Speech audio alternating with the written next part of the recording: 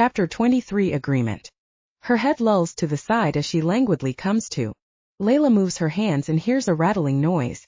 She looks down at herself and finds she's wearing nothing but a bra and underwear with a collar around her throat. Her cheeks flush in embarrassment as an iron door to her cell opens, revealing Ryu. Her eyes harden and she spits readily. "I'm not doing anything you say, you prick." His red eyes glow in the dimly lit room, and he counters, snatching her by the collar. "You will do as you're told." She struggles in vain to pull away from his tight grip and snaps defensively, "You don't deserve my obedience." He slaps her across the cheek, claws digging into her neck. "Do you think I care?"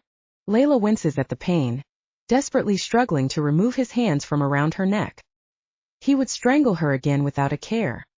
He drops her in the next moment to the cold ground and she asks weakly, "Where am I?" "Your new home, Weapon," comes the icy reply. She bites her lip, nervous, and utters, "What if I don't want that? I don't recall asking if you cared or not." She stumbles to her feet, wrapping her arms around herself as best she can to feel less visible to the man before her. "I don't want this. You can't make me do this." He presses her against the cool stone wall and murmurs hotly into her ear, "I don't give a damn about your wants or needs. When I desire to drink from you, I will. You will learn your place here." She winces at the bone-crushing pain as he squeezes her against the stone. Leila states with sarcasm dripping from her mouth, "You're doing a great job with the welcome committee there. Insolent woman." He clamps down onto her right shoulder where the mark was missing and sinks his fangs into her. She cries out, squirming and wriggling in his grasp, but he pins her hands to the rock wall, pressing against her backside with his weight. She can feel the blood trickling down her skin as she digs her nails into the wall before her.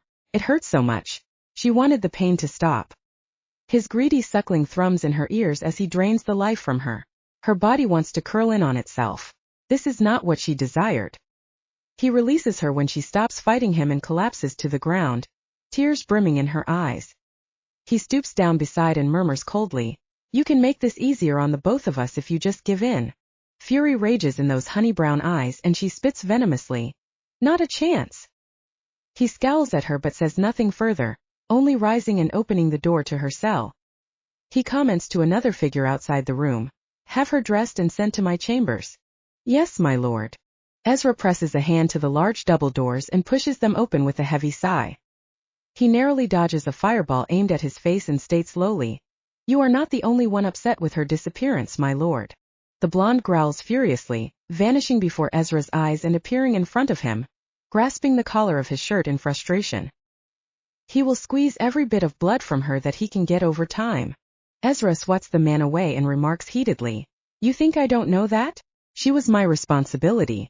She fell to him while under my watch. And you've brought a human that isn't the Weapon into the palace. She taints these grounds with her very presence." He finishes with a low rumble in his chest. Ezra rolls his eyes. "These grounds are as tainted as they come. I'm going to teach her to be a hunter if she accepts the notion." "You would go that far for a human? What if she doesn't accept the gesture?" he curiously asks, anger temporarily sedated by the proposition. He answers calmly, "This one will, but she will need some time to gather her senses for now, my lord." He folds his arms over. "How much time? The Weapon can wait for a short period. Ryu will not kill her. Yet." This brings little comfort to Ezra, and he answers reluctantly, "Training her could take weeks. Perhaps you'd be willing to teach her when I can't, as I have to locate Leila, my lord." Mamoru balks at question, seemingly offended. "You want me to teach a human how to hunt me?" Ezra nods. "How to hunt us?"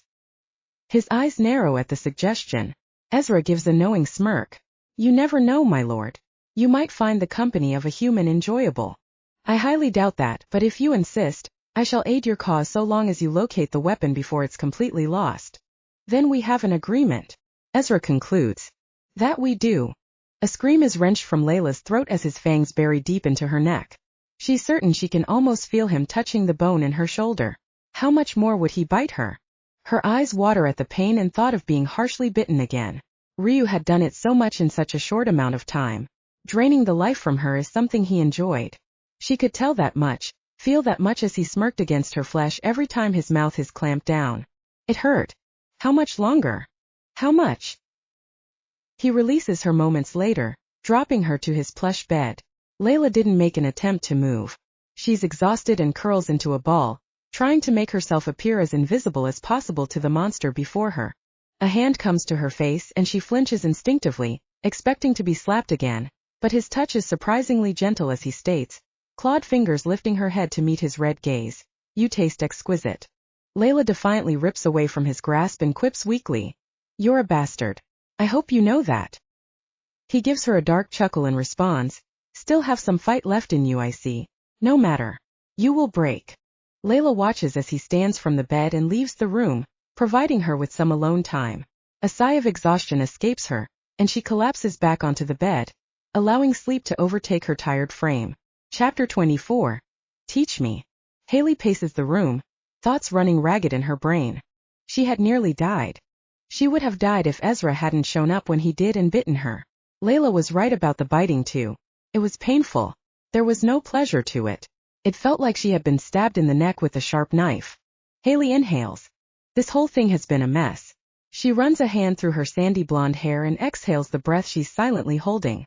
She was supposed to go to college and become a special education instructor, not become involved with her roommate's occult problems. What would she do? Could she do anything? Even if she could, did she want to when her friend needed her most? The door clicks and opens, revealing Ezra and a tall, blonde man beside him. Haley quickly approaches the vampire without fear and questions with worried orbs, forgetting about her own troubles for the moment. Have you found her? Where's Leila? Tell me you found her. Ezra shakes his head slow. Haley lashes out, slapping the man across the face angrily, tears filling her eyes as his head tosses to the side at the harsh blow. She proceeds to bang on his clothed chest. I thought you were supposed to protect her. Mamoru taunts with his arms folded over, unimpressed by her display. You've grown soft, little Ezra, allowing this human to attack you so. He responds coolly, ignoring his words and dragging his amethyst gaze towards the young woman. I've come to propose a question to you, Haley. Something that may help us to rescue Leila. She stops her small assault against his chest, waiting for him to continue. He runs a hand through his hair and states, we can train you. Confusion fills her teary eyes. Train me? Yes, we, Mamoru here and myself, can teach you to hunt vampires and kill them. He answers with firm eyes. Haley stares at him as if he'd grown two heads and Mamoru states heatedly, I told you this would be a waste. She looks confused and terrified. And he's right. Haley is both confused and terrified. They want to teach her to kill vampires. That means she'd have to meet the man who nearly killed her again. And she isn't sure she entirely wants that. It would suck to die at 19, but then again Leila is her friend and roommate. Dare she turn her back on the woman when she needs her most? She shakes her head, eyes firm with determination as she sets her own personal dilemma aside. Haley speaks up. All right, show me. Mamoru is the first to react.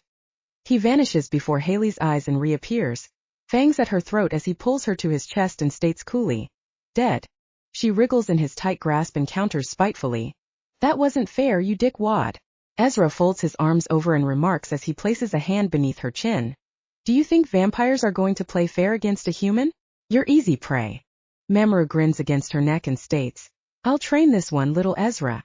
You search for the weapon in the meantime. Haley growls, jerking her face away from Ezra and smashing the back of her head into Mamoru's temple. He releases her immediately and states with a frown as she stands there, trying to regain her balance as stars cloud her vision. You are going to be a difficult human to teach. She snaps bitterly. Don't touch me like that ever again. Mamoru points to the door of the bedroom and responds, cross with the woman. Go find the weapon, Ezra.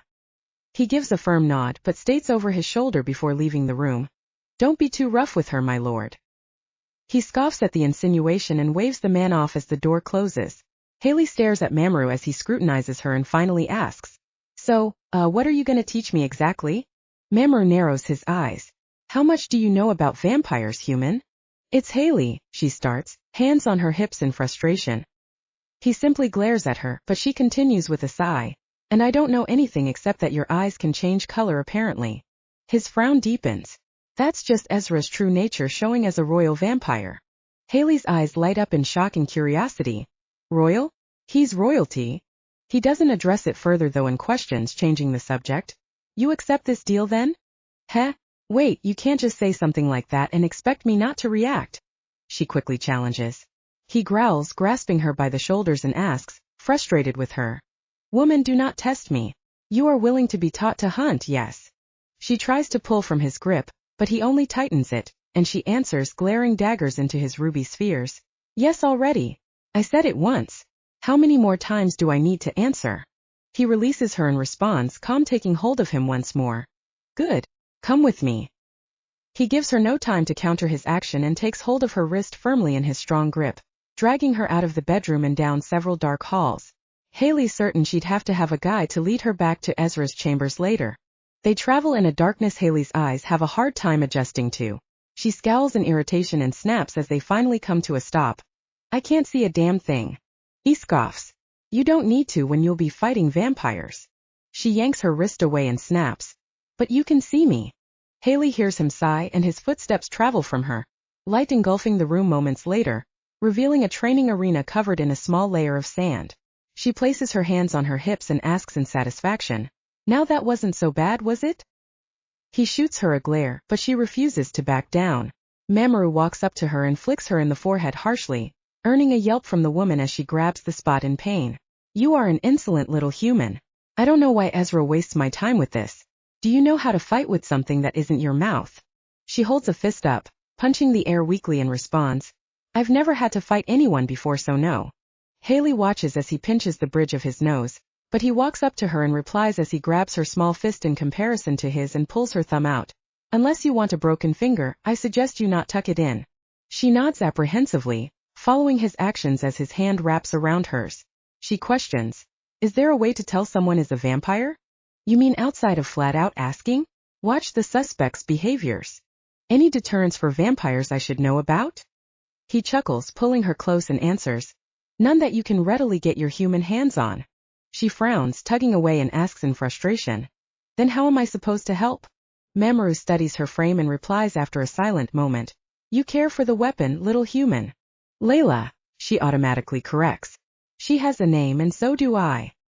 He scowls, tipping her head to meet his gaze and remarks, does it like I care for names, human woman? She swats his hand away like a pesky fly and snaps, you might get more respect out of me if you did, you asshole. A laugh reverberates from him, echoing throughout the nearly empty room. I do not require your respect or approval, woman. You are in my domain. Remember that. I hold you here at my mercy. Haley spits venomously. Wow, your ego is so busted. Get over yourself. I'm trying to save a friend, so just teach me to kill you already. He grins wide, fangs gleaming menacingly, and he remarks, then let's just do some basic practice for now. Punches and kicks. See if you can hit me.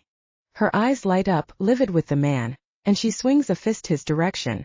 He sidesteps the assault as she charges at him with no strategy and numerous open weak points. Mamoru shakes his head and hits the woman once in the chest, taking her down to the ground in an instant. She coughs at the contact, losing her breath at the hard hit, and stands up slowly. Charging at him once more, she rants, this would be a lot easier if you just sat still. Her fist nearly collides with his face in one swift, angry motion, but he catches her curled hand and quips, you leave yourself so open, little human. We've got a lot to work on if you want to save your friend from that fiend.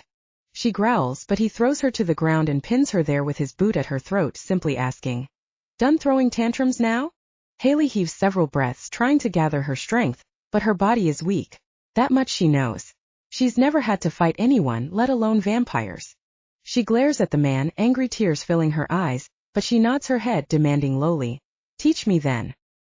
He pulls her to her feet and answers, of course, little. Chapter 25 Lost. Leila sits there with her knees pulled to her chest. How long has it been? Days? Weeks? Months? She hopes it's not the lattermost option. Her mind had lost track of time as the days ticked by, and there was no rescue. Ryu drains her blood every day for her defiance. How long before he snaps? Where was Ezra? Her heart aches. Tears pool in her eyes as she's alone in Ryu's chambers for the moment.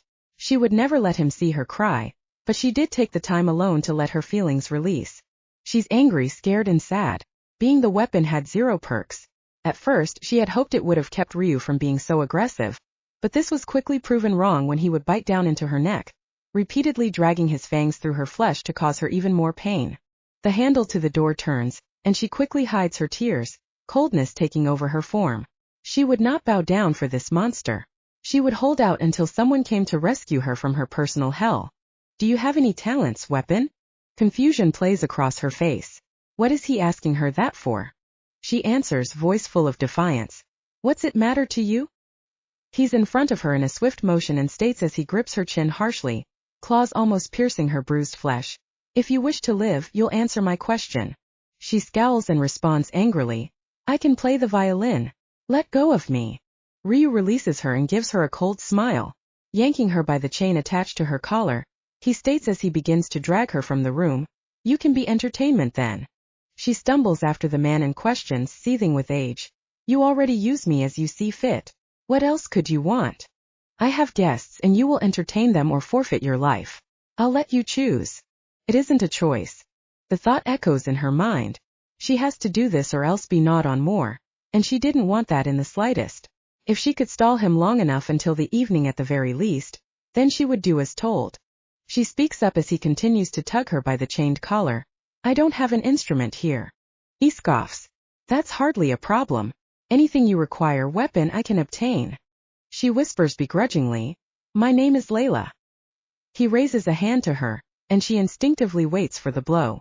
She couldn't keep her mouth closed. She wanted to fight any way that she could, but the impact she had been waiting for never comes. Instead, a door opens revealing a large room of masqueraded guests, and the two of them were at the gathering center of attention. Leila's cheeks redden, and she makes the move to turn away, but Ryu holds tight to her wrist.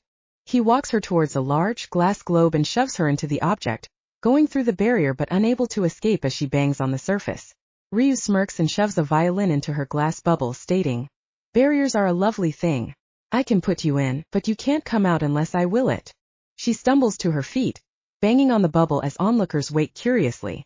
Ryu calmly states towards the crowd, welcome everyone.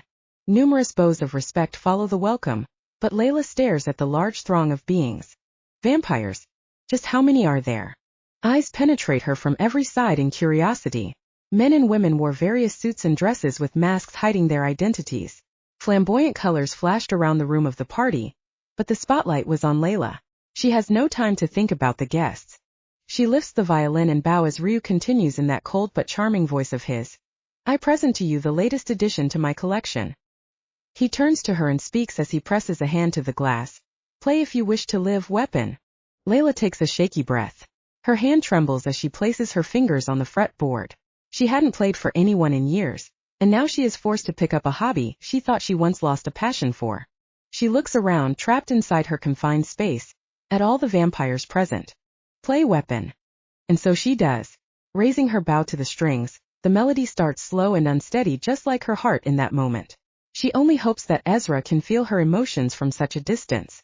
She plays the notes like a vaguely recalled memory from a distant past, the pace gradually picking up until it's at a steady rhythm, and she's focused merely on the playing of the instrument. Her eyes close, and she pictures an environment where she's safe and warm. This was all just a distant dream to her mind. None of it is real. She isn't captured by a vampire overlord after nothing more than her misery. The melody slows to a sad tone, entrancing the audience with curious and hungry eyes. A small light flickers that no one notices like a spark to a flame, bouncing off the strings. She is just an ordinary college student, facing the everyday struggles of exams and relentless professors constantly assigning work despite the load of each student per credit hour. The bow slurs downward from high to low, picking up to its original steady rhythm. Her body plays on memory, her eyes remaining closed. The spark glows a tad brighter. Some of the masked guests whisper in hushed tones, unsure if this is supposed to happen. She could freely love without having to worry that her professor isn't human, that he wouldn't harm her, that he would protect her, be there for her. The jerk of the bow as it slurs once more releases an energy all along the party hall. Ryu glares at the light and goes to tap on the glass, but it shatters as a high note escapes the instrument, a blast resonating throughout the room and knocking the man back unexpectedly. Guests scream in shock and flee from the danger of the woman as the light pulses from the instrument unbeknownst to the woman controlling the melody. Leila's eyes open at the commotion, and she quickly drops the violin, bolting at the first chance of escape. A firm tug on her chain yanks her to a stop, sending her backwards to the ground among the shattered glass. Her head swirls with stars and confusion as she tries to gather her senses. A voice demands as hands snatch her up. What have you done? Had she done something? She looks around and several bodies lie on the ground, turning slowly into ashes. The walls have cracks in them as though an earthquake had shaken the foundation of the building to its core. People scatter as they run from the danger caused by the woman. Her eyes widen in shock, and she turns to Ryu, who is dragging her forcefully from the scene by the hand as the building continues to. Chapter 26 Training. Ezra felt a jolt of energy surge through him and frowns. She must have been closer for him to have felt it so suddenly. She had to be. It was almost always a dull hum burning in his chest since she'd been missing, but now that she was closer, he can feel her heart aching. He stands at the edge of a forest in the underworld, shrouded in a dark mist. His eyes scan the area ahead of him, searching for any structures. Figures run his direction, and he stands behind one of the black trees, hiding his frame in the darkness. Vampires. Rogue vampires. What are they fleeing from though? A pair stop, breathing heavily, taking a break from their run. The one nearest to Ezra's spot states, "I can't believe she did that." "I don't know why you're complaining. You're the one who wanted to go to the Lord's masquerade. We could have been ash, scattered to the wind by that light. You saw what she did to those weaklings." The second vampire shakes her head and sighs. Ezra steps out from his spot, branches crunching beneath his feet, startling the vampires. They hiss at his presence and attempt to run, but he swiftly captures one by the back of the shirt and pins her to the ground. He growls at the redhead and interrogates, "Whose masquerade was it and where was it located?" She doesn't hesitate with her answer. Her life was more important to her than some woman. Lord Ryu, just south of the river Styx. He had some new toy, and she killed over a dozen vampires with that stupid musical playing of hers. "Let me go." He releases the woman, and she scrambles to her feet, bolting away before he can do anything further to her. Ezra ignores her scurrying and rushes towards the river Styx, following the vampire's directions and going south. Once he comes to its bank, he can see a crumbling structure forming in the distance and picks up his pace. Her energy is getting further from him. He growls irritably. A large manor stands deserted before him. He can feel her energy on the wind as though she's there beside him. These are nothing but remnants as he searches the collapsed building. Ash piles and singed clothes scattered about. Had she truly done this destruction? How? He sighs as he fails to locate her, the dull thrumming returning to his chest. He places a hand over his heart and murmurs as he throws a marble to the ground. "Hold on for a while longer, Leila." Haley tosses sand into the man's face and throws him over her shoulder. She cheers in excitement briefly until the vampire rises to his feet and quickly pins her to the ground with a tackle, his fangs at her throat. He murmurs against her hot skin, "I believe I win this one." She scowls, pressing her palms to his bare chest. "Off me, you oaf." He smirks and replies coolly, "Make me little human." Haley bucks beneath Mamoru furiously, wrenching back like a snake one second and launching her head forward in the next to head, but the man hard enough for her to see stars. His grasp on her loosens just so for her to wiggle free and kick off his thighs to make sliding away easier. She stumbles to her feet rapidly, and he glares at her with a bloody nose and dirted, loose pants, her shoe print marking him. She can't help the smirk of satisfaction that crosses her face at his annoyance. "When do we practice with weapons?" He smoothly counters, "When you can pin me down." Haley shakes her head and responds, "That could take forever. Leila doesn't have that kind of time." He scoffs, "Then get better faster." She yells and charges the man with a barrage of punches. He dodges each blow with elegance before snatching her fist and pulling her back against his chest. He holds her tightly and leans down. "You leave yourself open, little human." She snaps bitterly, "I have a name. Let go of me, you dirty old vamp." He chuckles, "You've still got quite the temper, I see." "Yeah? Then you know when I say something, I mean it." He releases her as she gives one last heavy pull, causing her to tumble face first into the sandy training ring. She bounces back on her feet though, ignoring the temporary pain running through her skinned arms. Mamoru frowns and states, "You look worse for wear, little human." "Haley," she automatically corrects with frustrated orbs. He shrugs off the name and continues in question, "Are you able to go on fighting?" She snaps, charging at the man with renewed vigor. "I'm not quitting until I have you on the ground or I'm passed the hell out." He smirks. "Oh, that determined, are you? Very well. I will not deny a lady her fight."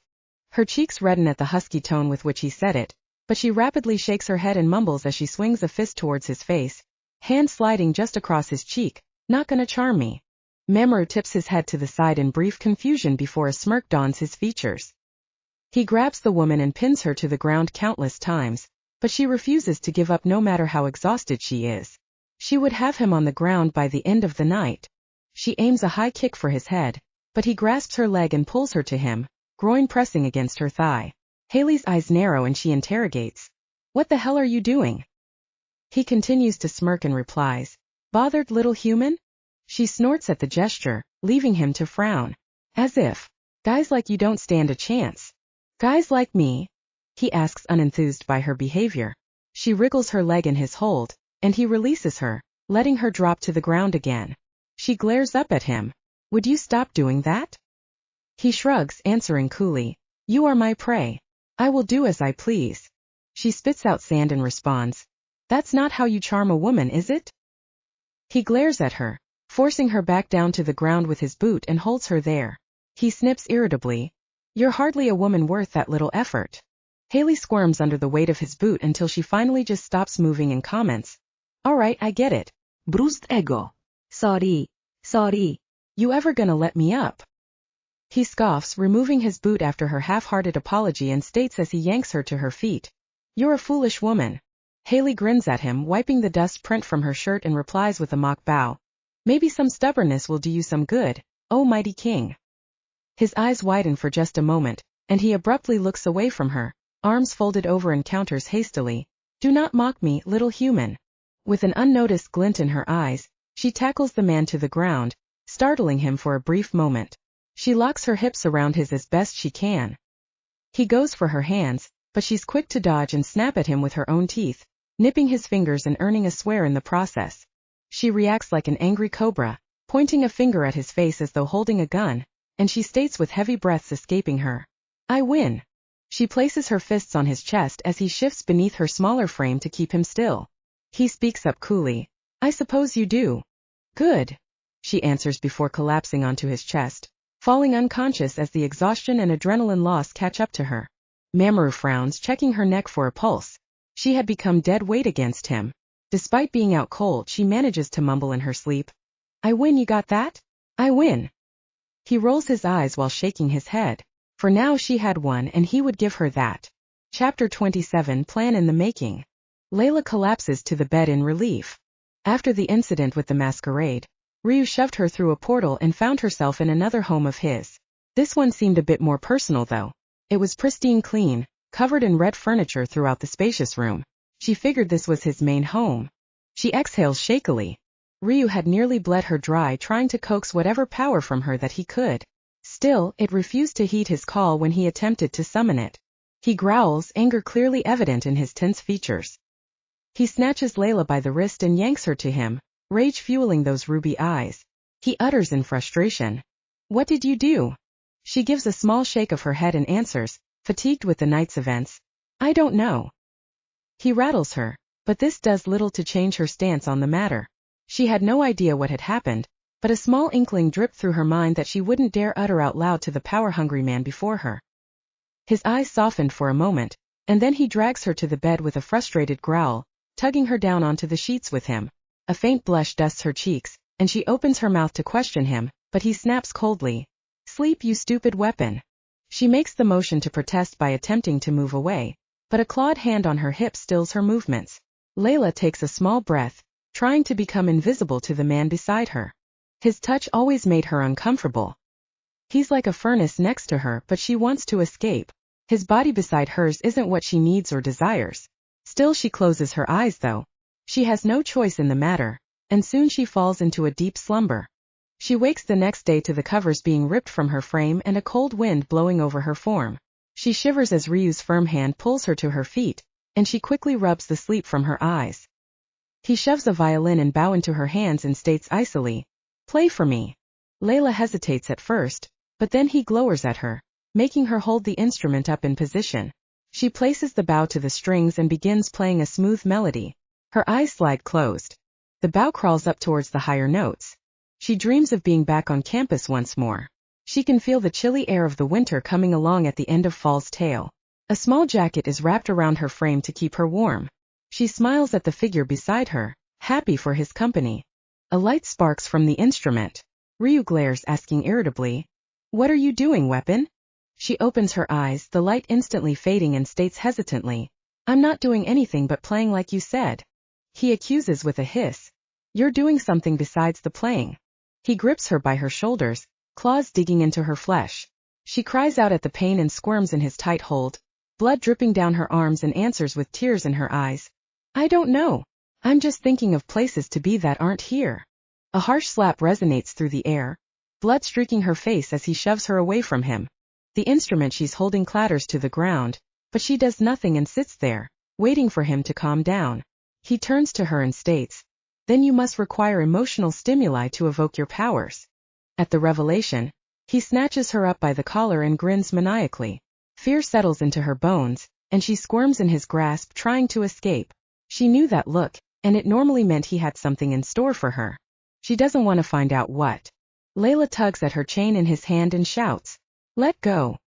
He scowls and jerks her to him, growling at her like a feral dog. She puts a hand to his face and shouts once more, a white light coming from her palm. "Let me go." Her eyes widen in shock as he screeches in agony, but she takes little time to focus on what had just happened, snagging her chain from his grip and bolting for the door. She turns the handle, finding it unlocked, and swings it open. She runs down the long hallway, passing a servant or two as she moves. Leila turns down a corridor, searching for an escape anywhere. Dark laughter resonates behind her. "So you have some fight left after all." She shakes her head, pulling a knob to a room. Leila charges inside without a second thought and tucks herself between a dresser and the wall. She can hear his heavy footsteps, no doubt another way to rouse her fear. He could walk lighter if he wanted. She knew that much. "I can smell you, Weapon, or have you forgotten about the injuries in your shoulders?" She doesn't say a word as the door to the bedroom opens, only pressing herself further against the wall silently, hoping that he wouldn't find. His footsteps stop and he states coldly, a huff coming from him, "Step out now and I'll spare you some of the pain." She doesn't like that thought and refuses to move from her spot. Silence falls over the room, and before she can process it, she's yanked out of hiding and thrown to the floor. She goes to stand, but a sudden pain and tear down her spine makes her cry out, falling to the ground. He strikes her again with the thorned whip, wrenching another scream from her throat. Ezra jolts awake at the sudden pain to his spine. His eyes grow dark with rage and he rises from bed. She had to be close. He treads down the hallway, bare-chested, and enters the room unannounced. Mamoru is still awake, studying the pages of a worn book before him. He doesn't bother looking up and questions, "What is it?" "I'm going to find her before he kills her." A groggy voice draws the attention of the two men. "Find who?" "Leila. I'm coming with you." Haley shifts beneath the blankets, sitting up in the bed. Ezra gives the vampire a sly grin and asks, "Taking humans to bed now, my lord?" Mamoru tosses the book at Ezra and counters swiftly, "She passed out. I couldn't afford to leave her there unattended." "The weapon," he starts, changing the subject and pulling the spotlight from him. "The human isn't ready to hunt for it yet." "I won't bring her then." Haley speaks up, feeling offended. "I'm right here. I'm coming with you no matter what." Mamoru places a hand to her chest gently, earning a strained grunt from the woman, and he replies, "You're in no condition to fight. Stay, little human. Ezra is my commander for a reason." Ezra replies with a firm nod, "I will bring her back, Haley." The woman frowns. "What's the point in training me then?" Mamoru pushes her down into the plush blankets and states, "This won't be the last attack, little human. I thought we were going to kill him." Ezra counters bitterly, hands on his hips. "As much as I would like that, I am not capable of it, especially after the numerous weapons he's consumed." Haley questions with a huff, all signs of sleepiness vanishing. "Then how do we kill him?" Ezra points to the woman. "You're the secret weapon." She frowns. "I don't feel very powerful. The man almost killed me and would have if not for you and Leila." Mamoru narrows his eyes. "You've bitten her as well?" Ezra holds his hands up and responds, "To catalyze the effects of Leila's blood, my lord. I've not marked this one." He scoffs. "I don't care." Haley pipes up. "I still don't feel like a secret weapon." Ezra counters, "As far as Ryu knows, you're dead. I'm sure he didn't wait around to find out." Haley nods. "Yeah, but that still doesn't explain how I'm supposed to kill some all-powerful vamp. You or the king here would be better at it." Mamoru exhales, rubbing his forehead. "We are too evenly matched for that to work." Haley scowls. "This is only proving my point." Ezra sighs with a small flinch, earning a look of concern from Mamoru. "When the time is right, we will distract him while you give the decisive blow. For now, I must go rescue her on my own." Haley watches as the distressed man leaves the room and turns to Mamoru next. "Will he be all right?" she asks with concern lacing her tone. The vampire nods his head and responds, "He's dealt with much worse, I assure." Chapter 28. Rescue. Leila lies there on the ground, screaming, no longer a suitable measure to voice her pain. Tears stain her cheeks and Ryu bends down, placing a finger beneath her chin to lift her watery gaze to meet his cruel one. "You could have saved yourself some of the pain, stupid weapon. Stand." He finishes with demand and agitation in his tone. She struggles, forcing herself to her feet, and replies, "No, I couldn't have." He growls, dragging her to a large and open room. He takes her chain and clips it to the ground, giving her just enough room to stand properly. He states coldly, "You will play and demonstrate your abilities to me, or I will finish you where you stand." She gives a slow nod as he hands her a violin and bow. She would play as long as it kept her alive. Her bow glides across the strings in a languid, haunting tone, low notes keeping her mood at bay. Light begins to spark from the instrument. Ezra can hear the low notes of a violin being played. He could feel her and traced her to the outskirts of a dead forest in the underworld. Small lights shimmer all over the land, occasionally flickering with the sound of the violin. Was this her power? He can feel the sorrow in the warmth of the lights as he continues his tread until he comes upon a manor lit up only by the speckles of fluorescence coming from Leila's power. Ezra scans the building, taking to the shadows of a less lit up area. Guards pace back and forth in the front and on the rooftop. They hardly pose a threat for Ezra as his amethyst eyes search for an open window. He couldn't just rush in and hope for the best. He needed a plan to deal with Ryu. The lights flicker brighter like lightning, revealing Ezra in the darkness for a brief moment, but no one notices his black-clad frame. He stalks to the side of the building and takes a large leap, feet landing silently against the brick before he launches himself again, making his way to the rooftop in no time. A guard catches a glimpse of Ezra, but the man gives him no chance to react, quickly snapping his neck and laying his body to the side. No one would miss a rogue vampire or two. Ezra snatches one of the sparkling lights in his hand, its warmth almost scorching to his naturally cool body. He releases the orb immediately, watching as it dissipates in the air. He scowls. He would have her back soon. Her playing stutters for a moment, something Ryu notices immediately, and he questions coldly, "What is it?" Leila shakes her head, answering quietly, "It's nothing." He reaches for her, grasping her chin, and states irritably, "It isn't nothing. Your body language conveys as such. Now tell me." She answers, gritting her teeth, "Your guards are idiots touching the lights." But she didn't tell him the truth, and she wasn't going to. She felt Ezra in that moment. She continues to glare at the man before her, and he finally releases her. With an icy tone he commands, "Play. I didn't tell you to stop." Leila places the violin between her shoulder and chin and internally sighs, playing notes across the instrument once more. The lighting returns to the dim room, small orbs of warm fluorescence scattered throughout. Ryu turns on his heels and states over his shoulder as he begins to leave the plainly decorated hall, "Don't stop playing, weapon. I want to see your strength." She doesn't vocalize a response to his command, but simply continues to play the instrument in her grasp as he leaves her alone. Her eyes slide closed as the melody remains at a calming pace, lights glowing dimly to match her mood. The minutes tick by, and she can feel her chest getting warmer with a small buzz.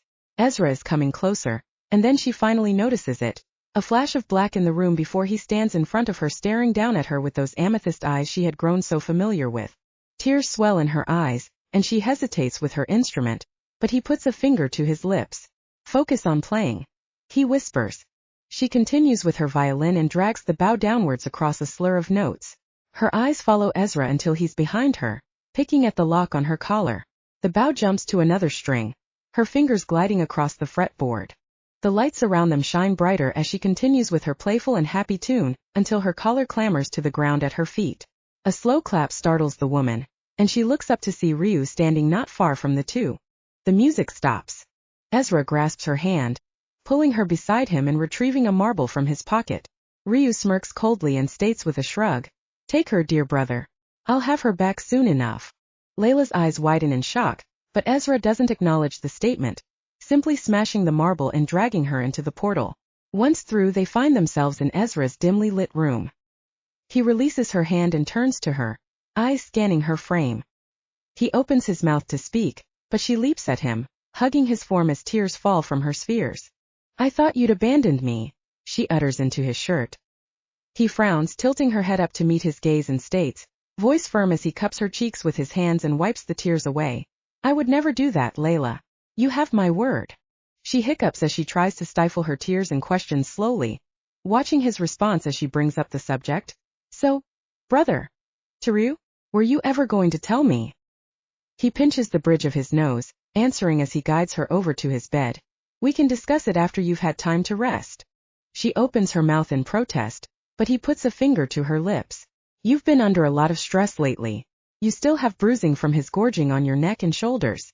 I can't imagine your stay with him went well. Leila gives a small nod. She finally takes in her surroundings. This wasn't the usual room he had her in at his home. No, she's certain they were somewhere else unfamiliar to her but safe enough for Ezra to have brought her there. Safety. That is all she needs. She doesn't hesitate to crawl into the bed, inhaling Ezra's familiar scent of lavender. Leila is indeed tired, exhausted, after so much energy spent playing on the violin and being constantly fed on. Ezra sits on the bed beside her and states as he pulls off his boots and black top, You are safe here, Leila. Remember that. She nods her head slowly and replies as she curls up under a blanket. Thank you, Ezra. Chapter 29 if you need. Leila wakes to a gentle touch on her shoulder where the vampire's kiss had been placed. She stares into amethyst eyes and wraps her arms around the man, resting her head on his chest. So you're Ryu's brother? She questions lightly. He sighs, answering calmly as he stares into her eyes. Half-sibling. I'm the youngest of 3. Her eyes widen and she replies swiftly. 3? Who's the I am. Comes a voice as the door to Ezra's bedroom opens, revealing a pale blonde in Haley's smaller frame. Leila jumps out of bed, excitement filling her eyes at the sight of the woman. She completely ignores the man standing in the doorway and tackles Haley in a tight hug, recalling the last time she saw her. You're alive. Haley grins wide and replies, returning the gesture. Yeah, can't keep me down for long. Really though, thank you. You and Ezra both saved me. I'm so glad. When Ryu took me you were dying and I. Haley hugs the woman tighter and replies. It was terrifying to say the least, but I'm here. A cough interrupts the two from their hugging session, and Leila glances over at the man staring at her. She frowns. What is it? Mamoru takes her hand and states as he puts it to his lips. Weapon. Leila. She interrupts swiftly. He gives her a strained smile and continues. Leila, I am the king, and I know this is straightforward, but if you're going to ask to drink my blood, the answer is no. She states matter-of-factly, pulling her hand away in dismay. He stares at her firmly, taking a step towards her, but she quickly stumbles backwards, bumping into Ezra's chest. Ezra holds a hand up to the man and states coolly, My lord, we do not take without consent. His eyes narrow at the fact and he responds irritably, I need her blood. No doubt Ryu has gorged on her. Even you've tasted her, Ezra. Why is such a request so difficult to tend to? Leila snaps bitterly before Ezra can utter a word in his own defense. Because I don't have the energy to just donate any more of my blood, you jerk. He sours at her tone and glances at Ezra for a moment. We need to talk. He places a hand over his chest, giving a small bow of respect to the king. Yes, my lord. Leila, stay here with Haley. She nods her head and watches as he leaves the room with the king in tow. Haley and Leila both frown but for different reasons, each worrying over one of the men, but Haley quickly focuses her attention on Leila, brows wiggling as she gives a sly grin. You and Ezra a couple now? Leila's brows furrow. Truth be told, she isn't sure of the answer and responds while twirling a piece of her mid-length hair. I'm not. I don't really know. Haley raises a brow. Well, you sure were snuggly for someone who's not dating. Her cheeks redden like cherries and she shyly questions. Do we have to put a label on our relationship? Haley places her hands on her hips and laughs, answering. Nope, but it sure is nice to have some sort of label. Wouldn't you agree? Leila stares at her feet. Yes, but the last thing we did together. The bite. In his office. And then all of this. She mumbles in gibberish as the thoughts just spew forth. Haley's eyes widen and she questions. I know you said it hurt it like hell, but you must have done something besides that? The warmth in Leila's face only grows as the spotlight is burning down on her, and she anxiously responds, twiddling her thumbs as a distraction. I mean, we made out a little bit, but She thought back to it. He didn't want to go any further with her than a tantalizing and taunting make-out session. He didn't want to sleep with her then. He had halted himself from going that next step. He had sent her away hastily that day before it could get to that point. Maybe he just doesn't want to be more than whatever we are to each other right now. Haley gapes and snaps. How can you say that? I bet he'd fuck you senseless if you let him. Her face can't get any redder. She swiftly counters while holding a hand out as if to swat the thought away. There's no way he'd do that. I'm more like a babysitting gig to him anyways. Haley scoffs and states, well, if he doesn't want to, then I'm sure there's plenty of other deserving men out there. Leila mumbles under her breath. You make it sound like I'm some desperate housewife. What was that? She asks with a frown, tapping her foot in frustration. Leila giggles and replies, Haley, never change. Her lips purse for a moment before she gives the older roommate a smile. The door to the room opens, and Ezra stands there with a frown painting his face. Leila mirrors his expression as he states solemnly, we need to talk. Haley pipes up, and that's my cue to leave. You two behave now. Leila blushes, but before she can do or say anything to the woman, she disappears from the room in a heartbeat, shutting the door behind her and leaving her alone with Ezra. He stands inches from her and tilts her head up to meet his amethyst gaze. Her heart beats rapidly against her rib cage as he continues staring at her. She nervously asks, what is it? Ezra says nothing and scoops her up off the ground, carrying her over to the bed and dumping her on it before climbing on top of her and assaulting her lips with passion. His tongue glides over the mark, flicking it once, earning a surprised yelp from the woman. He traces kisses along her jaw and back to her lips. I should have found you sooner, he murmurs into her ear. Is this his way of apologizing? She shakes her head and answers lightly as he leaves a trail of kisses back to the icy mark upon her neck, making her squirm internally with anticipation. What matters is that you saved me and I'm here now. I'm certain you can feel it. The longing in your chest. I've searched all over this damned place for you, and I will not let you fall prey to Ryu again. Her eyes close and she smiles. Yes, she can certainly feel the longing in her own chest. Changing the subject, she asks, what is it we need to talk about? She feels his lips stop their pleasureful ministrations and he answers, the king wishes for me to bite you once more, but right now I cannot, not with how much you've already been fed on. Leila questions lightly, threading her hands through his black hair. Do you wish to bite me? His actions completely stop. She opens her eyes and stares up at him. Red flashes for a brief moment, and she responds with a small smile. Only you have my permission, Ezra. He sucks in a breath, answering as he casts his gaze elsewhere. Do not tempt me. Your blood is like liquid fire pouring down my throat. I could drink from you all day. She tips her head to the side and answers as she closes her eyes to rest. It isn't a temptation, Ezra. If you need to, you can drink from me. Just be gentle. If that's all, though, I think I'd like to rest. Your king can wait to... Chapter 30. Not a word. Haley dodges a swift jab from the man before her. He scowls in frustration at her, tackling her to the ground, knocking the wind from her as he pins her there to the sandy arena. She snaps irritably. Who pissed in your Cheerios? The hell you trying to do? I am the king. Do not disrespect me, human. He quips, holding her there as she squirms under his tight grasp. With an angry scowl, she rears back and thrusts her head forward, headbutting the vampire. His hold on her releases, and she flips the man so that she's sitting on top of him, staring him down with confused and curious eyes. He glares at her and goes to push her away, but she quickly catches his hands and questions, meeting his alluring gaze heat-in. Are you throwing a tantrum, my king? His ruby eyes sear hers and he states aggressively, I am not throwing a tantrum, little human. Get off me. She retorts, still sitting on top of him. Sure does seem like it. Ever since Leila rejected you 2 days ago, you've been sour. No weapon. He starts, but is quickly interrupted by Haley. Her name is Leila. His eyes narrow. Do I look like I care for names, human? Haley, she corrects him again. He huffs in annoyance, stating blatantly, I don't care. Then you'll never get her respect or blood. Surely you don't think you just outright deserve her blood, do you? He doesn't give her an answer and she frowns at him, stating, this isn't the olden days where you can just demand whatever and have it. Umanzak. Mamoru snaps bitterly.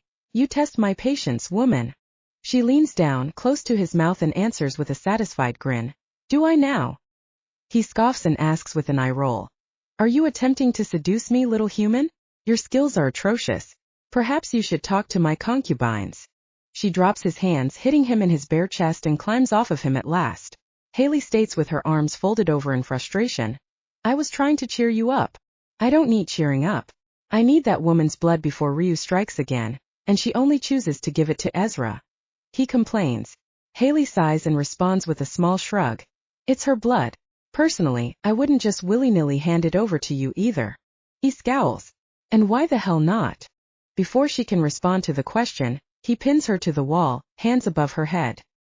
He growls lowly, choose your next words carefully, little human.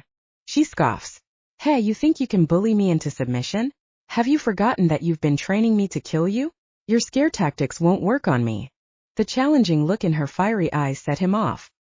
He captures her lips in a fierce and swift kiss, startling the woman. Her face reddens as he releases her, and she opens her mouth to make a retort, but he puts a finger to her lips. Not a word. But why? He covers her mouth with his again, this time lingering long enough for her to taste a teasing cinnamon on his lips. He growls huskily into her ear. Not a word. Understand, Haley. Her lips purse together as he releases her and begins walking away. She quickly follows after the vampire lord in silence, thoughts raging through her mind about his actions. Leila watches as Ezra paces the large suite back and forth. He turns to her and states firmly, "We need to teach you to fight." She curls her fists beneath the blankets and replies, "Even if we train, I doubt I'd be able to defend myself from that monster. We'll work on your powers. Turn them into a weapon." Her eyes light up with confusion. But how? Ezra explains while taking a seat beside her on the bed. They're already potent. You destroyed an entire manor with them. You just need to be able to control them. Cool me. He grasps her hand, pulling her from bed. She quickly retorts as she tugs on the short, ruffled dress he had given her to wear. You don't expect me to train in this, do you? He chuckles. We won't be doing anything too strenuous. Then, what will we be doing? Firstly, manifesting your powers. He answers calmly while going over to the edge of the bed and pulling out a violin. He hands the instrument to her and lightly orders, "Play for me." She blushes at his tone but gives a small nod, placing the violin between her chin and left shoulder. She readies the bow and then starts to play a gentle melody, but this time no lights spew forth. Ezra frowns. Leila can feel her nerves rattling as he watches her. She stops her motions and replies shyly, "It's hard to focus with you just staring me down like that." "That's fine. This only proves a theory I've been developing," he responds calmly. She shifts back and forth on her feet, unsure of what to do. "I've only been here a couple of days, and you're already producing theories?" He nods his head. "What did you feel while playing?" She shakes her head and shrugs. "I don't know. I was just playing like you said." "And what about when you were with Ryu?" Her cheeks redden. She stares down at her feet, but Ezra puts a hand beneath her chin, forcing her to meet his curious gaze. She answers shyly, focusing her eyes on anything but his face, "I thought about you." He releases her, a soft smile playing on his lips. "Then the violin is just a conduit for expressing your powers. It's your emotions that control whether or not your powers express themselves, but I imagine with proper training, you could control them to be at your own disposal." She stares at him and questions, "So then how do we make it so that I can harness them? Have you ever thought of using your voice as a conduit? Carrying the violin around could become inconvenient." Leila coughs, nearly choking on her saliva, and laughs at the suggestion. She notices the resolution in his eyes and replies as she wipes a tear away, "Oh, you were serious?"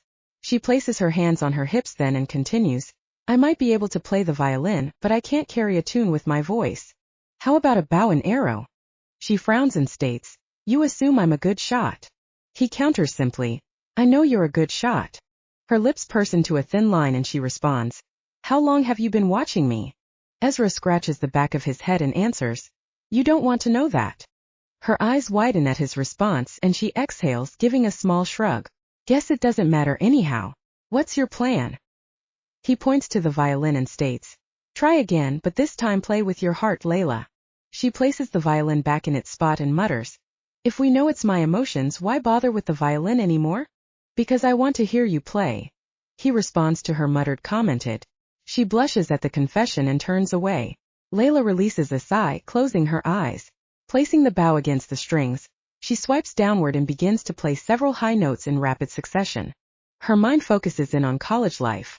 She was a simple student once more with a crush on her professor. It wouldn't be the first case for a pupil to like their teacher. They're presently at one of the campus gardens walking around. The bow bounces across several notes, galloping to a sweet tune, light shimmering from the instrument. Ezra watches with curious eyes as she pays him little attention, only focusing on the music and her heart. Her fingers glide across several notes in rapid fire, and the bow continues on its up and down path, bringing the music to life. The light grows brighter, and soon the room is filled with small orbs. Her eyes open and they begin to fade. Ezra quickly states, "Don't lose focus now." She tightens her grip on the violin and continues playing, watching as light spills forth from the instrument, increasing the orbs to the size of a fist. Her brows knit together as she focuses on maintaining the energy, sweat beginning to form upon her face. She takes one large breath and exhales, the light disappearing and the room being cascaded in its dimness once more. Leila takes several breaths and states tiredly as she lowers the violin, "I don't think I can do that again." Ezra smiles and states, "It seems we have a lot to work." Chapter 31 Spoiled Fun. Leila shivers wildly as she stands in the freezing pool, water up to her waist. "What's the point of this exercise again?" Ezra replies simply, pulling her to him with wet hands. "Focus." She lets loose another shiver and counters, "It's freezing. How am I supposed to focus? What do I even focus on?" He places a hand under her chin and murmurs as he gazes into her eyes with those amethyst orbs, "Focus on what you felt when you summoned your powers with the violin. We want to manifest that without the instrument." Leila gives him a small nod of understanding and closes her eyes, hands cupped in front of her. She tries to focus on the energy and feelings she felt when playing the instrument. A gentle tug gnaws at her mind, and she searches for the pull warmth coming to her palms after 2 hours in the freezing water. Her eyes open, and she stares in wonder at the small orb glowing in her hands. "What do I do with it?" she asks, unsure of her next actions, eyes finding Ezra staring at the golden light. He smirks and responds, "You hold it for as long as you can." "Eh? But that means we could be here all night," she groans. Ezra chuckles as he exits the water and states, "Then so be it." The light fades as she splashes water his direction and states, "Does that mean I have to stay in this stupidly cold water? Why isn't it bothering you?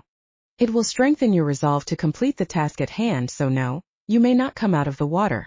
Also, you should recall that my body temperature is lower than usual. The cold does not bother me." She inhales a shaky breath and chatters, "I don't think I can focus on anything being this cold. I'm gonna catch hypothermia." Ezra steps back into the water, pulling Leila to him and hugging her tight from behind. He was like a furnace in comparison to the freezing pool. He squeezes her gently and whispers hotly into her ear, "Now focus. Don't let anything distract you." Her face reddens, but she gives a firm nod. She places her hands in a cup shape and forces her mind to concentrate on the energy she felt earlier, the light slowly beginning to shimmer in her hands. Lips land on her neck and her focus falters, the light dimming, but Ezra hotly mutters into her ear, going back to his ministrations, "Concentrate." Leila blushes and retorts swiftly, stifling a moan, What? Focusing is hard." Ezra nips the mark on her neck, and the light burns out as she turns in his grasp, gripping the front of his deep blue button-up. Catching his gaze, his eyes flash red for a moment, and she inhales a sharp breath as his wet hands pop one of the front buttons to her ruffled pink dress. She questions lightly, her lips centimeters from his. "What are you doing?" His lips capture her own in a languid kiss. Another button pops on the top of her dress, and he pulls her to him, resting his head on her almost exposed chest moments later. Leila runs a wet hand through his hair and asks with concern lacing her voice, "Is everything okay, Ezra?" He doesn't say anything for several moments, keeping his head placed against her chest. He sighs and finally answers, gazing into her honey-brown eyes with hunger, "I need to feed." Her face reddens and she responds shyly, moving her hair to expose her neck to the vampire, "You can feed if you need." His eyes flash and seconds later, he's practically dragging her from the pool of freezing water and onto the dry concrete. He pulls her to the ground, climbing on top of her and questions huskily, fangs lengthening in the dim light, "Are you certain?" Leila exposes her neck to him once more, his eyes flashing red, and answers, "I'm positive, Ezra." With the confirmation, he clamped down onto the mark, earning a mix between a yelp and mewl of pleasure. Leila's arms wrap around the man, pulling him tight to her frame, her nails digging into his back. He growls, dragging his lips to hers, a flood of metal invading her mouth. The third button to her dress pops open with his deft movements. His lips trace down to the exposed flesh, suckling her left breast first before tending to the right. Small sighs escape her. "Ezra." She softly calls his name. He gazes into her eyes with his own ruby ones before nipping the bloodied mark once more. Don't call my name, he mutters lustfully into her ear. The cogs in her head begin turning in that moment, and she flips the man so that he's beneath her, surprising him with her force and strength. She demands as she leans back, pressing her hips into his groins where she felt the bump in his pants. Tell me why not? He growls. We've discussed this once before. She rocks her hips against him, earning another low growl from the man. She leans down muttering softly. What's stopping you? I'm most certainly not. He intakes a sharp inhale and breathes out. You're teasing me right now? She places a kiss to his lips and answers curiously. Am I? He flips her back over, biting into her neck, a yelp escaping her. His hands run up her unclothed thighs, sliding past the ruffles of the dress and to their intended target. He shreds the lace with little effort, pressing a finger to her sensitive clit.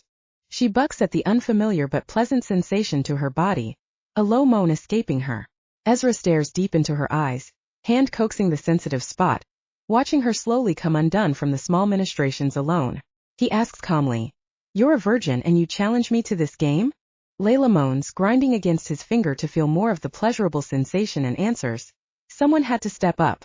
Ezra pinches the nerve bundle, watching as she squirms and arches into his touch with a louder moan. He questions softly as he pulls away, reaching for her face. Are you sure you want this? Before she has the chance to answer, the room is shrouded in darkness, leaving a confused Leila but frustrated Ezra. He quickly stands, helping the woman to her feet and buttoning her dress closed. A stern voice cuts through the room. Is this what you call training, Ezra? Fucking the weapon. Leila's face reddens like a tomato. They hadn't gotten to that part yet and she quips. Why don't you just buzz off? I'm not giving you my blood. Mamoru scoffs and states. Weapon, you will eventually give in and allow me to sample your blood. All weapons before you have, and so too will you. She scowls in the darkness. As if. Ezra quickly steps in and responds. We had been training, my lord, but a break never hurt anyone. He snips with his arms folded over. A break that involves sexing out the mind of the weapon is more than a moment to relax. Don't allow it to happen again, Ezra. These grounds are meant for training. Take her to your room if you wish to bed and feed on her. Leila goes to open her mouth, but Ezra swiftly clamps a hand over it, responding simply. As you wish, my lord. Has she learned how to harness her powers yet? The Vampire King asks plainly, as if he hadn't just invaded their innuendo. Leila moves Ezra's hand and states, I can, but not for long periods of time. Care to demonstrate? Ezra releases her and Leila exhales. She begins to focus until energy pools into her cupped hands, light revealing a small speck of the darkened room. She concentrates for several moments, but then a thought dawns on her mind. Where's Haley? Mamoru's eyes roll as the light fades. Incapacitated. What? Why? What did you do to her? She accuses angrily, pointing a finger in his direction. He grins and states darkly, Nothing that concerns you, human girl. He focuses his attention on Ezra and replies, Continue teaching her. I need her at top strength. Leila sighs as she hears his footsteps fading. He really did know when to spoil the fun. Chapter 32, Please You. A heavy sigh escapes Leila's chest. What's the matter, girlie? Haley asks as they bathe in a large sauna together. Leila leans on her arms and states tiredly, It's been 2 weeks and my progress with this whole light business is just going so slow. I know what you mean. My training is also at a plateau. I don't think Mamoru wants me to use a weapon. He refuses to teach me. Always saying something about needing to be able to pin him first. Leila perks up in curiosity, a sly grin crossing her face. Mamoru, eh? Since when are you two on a first-name basis? Haley splashes water towards the woman and states, It's complicated. Leila's eyebrows raise and she responds, Oh? Care to share the details? Tears swell in the woman's eyes, and Leila quickly approaches her side, giving her a gentle squeeze. If you don't want to talk about it. Haley counters, No. I slept with him, Leila. The stupid jerk doesn't even use my name. He insists that he doesn't care, but then I don't get it.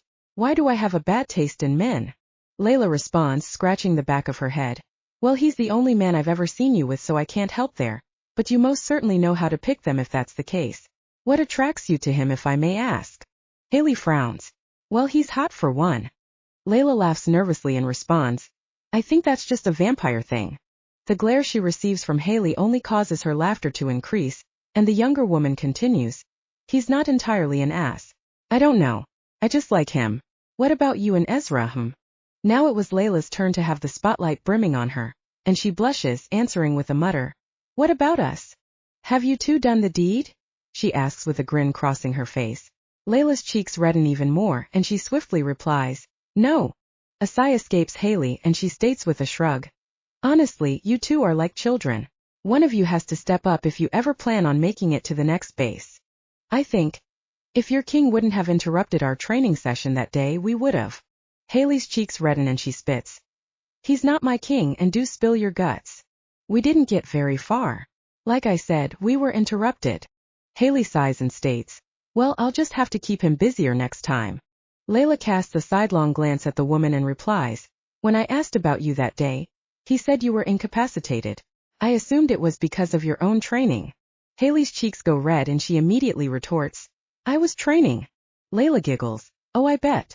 She lightly hits her in the shoulder and states, We didn't have sex. We really were just training. Uh-huh. She answers with a disbelieving shake of her head. Haley grasps the woman by her shoulders and starts rattling her. I'm telling you the truth. We spend most of our time training, but he still won't teach me how to use weapons. Instead, he throws tantrums because you won't give him your blood. Leila frowns. She questions with a serious look in her eyes. Do you trust him? Mamoru? Yeah, I suppose. Why? Why do you trust him? Leila asks. Haley opens her mouth for a moment, then closes it, thinking. She finally answers, He hasn't given me a reason to not trust him, really. Leila ponders over it for several seconds before responding, I see. You don't trust him. It wasn't a question from her roommate. Leila gives a small nod. He definitely doesn't care to earn my trust either. He's just after my blood. Like Ryu. Haley holds a finger up and responds, But there's one key difference between the two. And that is? She answers with a small smile, Mamoru won't take blood from a human without consent. Leila exhales. I suppose there is some merit in that, but what if he misuses it? Then what? I'm the one at fault for that. Haley shrugs. Honestly, I trust him with it more than Ryu and even Ezra. From what I've heard, Ezra doesn't have much experience with actually biting weapons. You're his first. Leila sinks into the warm water, wetting her hair and coming back up. Then he'll have some of my power too, right? Haley shakes her head. I don't know. The king told me he'd have something, but he didn't explain what. I don't think he knows. The door to the room opens and a familiar voice states, startling the women. Bloodlust.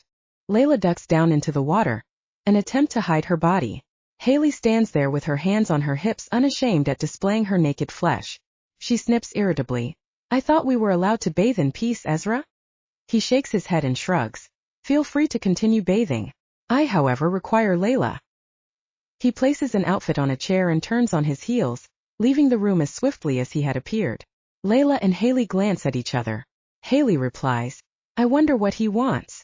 Leila climbs out of the hot water and answers as she dries herself off and dresses in the clothing he brought for her. I'm not sure, but we'll find out. Haley winks at the woman and responds, Give him lots of attention. I bet he'll love that. Leila tips her head to the side in mild suspicion. What kind of attention do you mean? She coos, a little this and that. Maybe some handwork while you're at it. I'm sure he'd really appreciate that.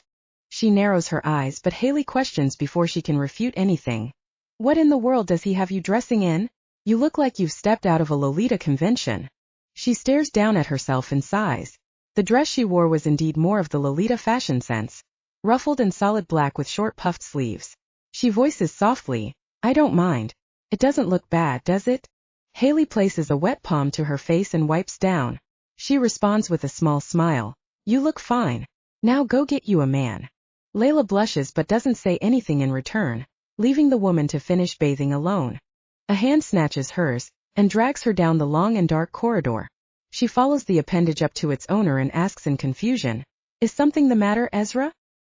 He pulls her into his room, slamming the door shut and pinning her to the wall. His lips assault her neck first, fangs sinking deep into her flesh without warning. She gasps, shocked at the sudden action, but forces her body to relax within his hungry touch. She feels her head swimming after several long moments and whispers faintly, Ezra, it hurts. He rips away from her, eyes glowing red with lust. Leila can't help but question, Ezra, is something wrong? He presses an intense kiss to her lips and whispers hotly into her ear, Leila, allow me to just please you. Chapter 34 Labels. Haley moans loudly in the bathing room as he thrusts into her again, her head rolling to the side in her sex-drunken stupor. He holds her tight, gripping her hair and pulling her back in an arch as he continues to thrust into her ravaged sex from behind. His lips clamp down on her neck, but he never bites, growling as his free hand steadies her against the tub wall. Pain and pleasure blend together at his treatment of her, but she can hardly register what's happening as he gives so much of himself and expects her to just take and accept. She cries out as she comes to a climax and tumbles over the edge. Mamoru grips her hands and soon follows after, holding her up in the water. As she gathers her bearings, she leans against his firm chest. A heavy sigh escapes her. He turns her to face him and stares into her eyes with his piercing red orbs. What is it, little human? Her shoulders fall at the usual nickname for her, and she attempts to move away, but Mamoru grasps her arm, preventing her escape. He frowns, irritation present in his eyes. Have I done something wrong? You don't use my name. He scowls and retorts in agitation. That's your problem? She snaps bitterly, tears stinging her eyes. Do you even know my name? I'm probably the equivalent of one of your concubines from your stupid harem, but this human has feelings, you jerk. She rips out of his hold, ignoring his mildly stunned expression as she climbs out of the water, grabbing a towel to dry herself off. She doesn't get far, though, as his hands land on her waist and spin her to face his fierce gaze. You should be happy I've indulged in you, little human. Haley. My name is Haley, you ass. And no, I'm not happy. You don't care. She shouts, furious with the man. She squirms in his hold, trying to break free, finally elbowing the man in the groin. She wraps the towel around herself and bolts from the room, running down the halls without a thought other than to get away. Her feet propel her forward until she slams into the back of an unfamiliar figure. They were broad and stocky, turning to her with confused eyes before a smirk settles on their features. Oh, a human? Those are quite rare down here. Are you the weapon? He takes a step closer to her. Haley scowls, not backing away, and snaps. I'd advise not coming near me. The vampire gives a toothy grin and states. You're a human alone in a vampire stronghold. What is it you hope to be able to do to me? She huffs, pulling her towel tighter to her. Get out of my way. You can't bite me without consent. That's one of your rules. He smirks and reaches a hand out for her, but she quickly sidesteps the man. He frowns at her behavior and states, come now. A little bite won't hurt anyone. I can't recall the last time I've sampled fresh human blood. Hunger fills his eyes, and he rapidly snatches her wrist in one hand, squeezing hard and leaning in dangerously close to her neck. Without a second thought, she raises a hand and slaps the man across the face as hard as she could, watching him lurch away in shock. His face contorts with anger, and he goes for her throat, but she quickly turns and rams into a firm but familiar form. The vampire stops in his assault and sputters. Oh, my king! Mamoru's red eyes flicker over to the vampire, and he states while wrapping an arm around Haley's frame. This human is mine, Marcus. His eyes widen and he counters. You can't be serious, my king? Taking a human as part of your harem? The others W. Mamoru responds coldly. Are you questioning my actions right now? No. I would never, your grace. He flicks his wrist, cold wind brushing by the trio, and replies, good. Marcus scurries away and Haley mutters begrudgingly, thanks, I guess. Mamoru scowls and states, taking her wrist in his hand. Come, you needn't be on this side of the palace, little human. She snaps angrily, pulling the towel closer to her chest as they walk. Would it kill you to use my name? As they get into his room, he pins her to the wall and growls. Be quiet, Haley. Infuriating woman. She quips. So then you're just an ass? You know my name and refuse to use it. He huffs, scowling at her, but she doesn't back down from the look. Mamoru scoffs and states, stop that. Her brows knit together in confusion and she asks, what? Stop what? Defiant woman. Get dressed. Mamoru hands her a dress and underwear, which Haley gratefully accepts. He turns away and goes to his bed, settling down on it. Haley slips on the tight dress, reaching to her knees with slits in the sides for easy movement. She narrows her eyes and states as she gestures to herself, if this were any tighter, I'd be unable to breathe. Mamoru rolls his eyes but says nothing as she comes to sit beside him. Haley curls up in a small ball and rests her head on his lap, murmuring in question, you don't consider me a harem girl, do you? He scoffs but runs a clawed hand through her blonde hair. Of course not. You're far too defiant for that type of work anyways, little human. She sighs sadly. What are we? Haley doesn't notice his eyes narrowing at the question as she stares out into the space of the room, thoughts running through her mind. Must you humans have a label for everything? What would you like us to be? He sounds frustrated by it, and she casts her gaze towards him, his red eyes flickering like flames. She quickly averts her spheres from his and replies, I don't know. Memmer runs his hand through her hair once more and replies, sleep on it then. I'll be here when you wake. Her heart stammers and she questions in disbelief, you mean that? He frowns. You have my word, Haley.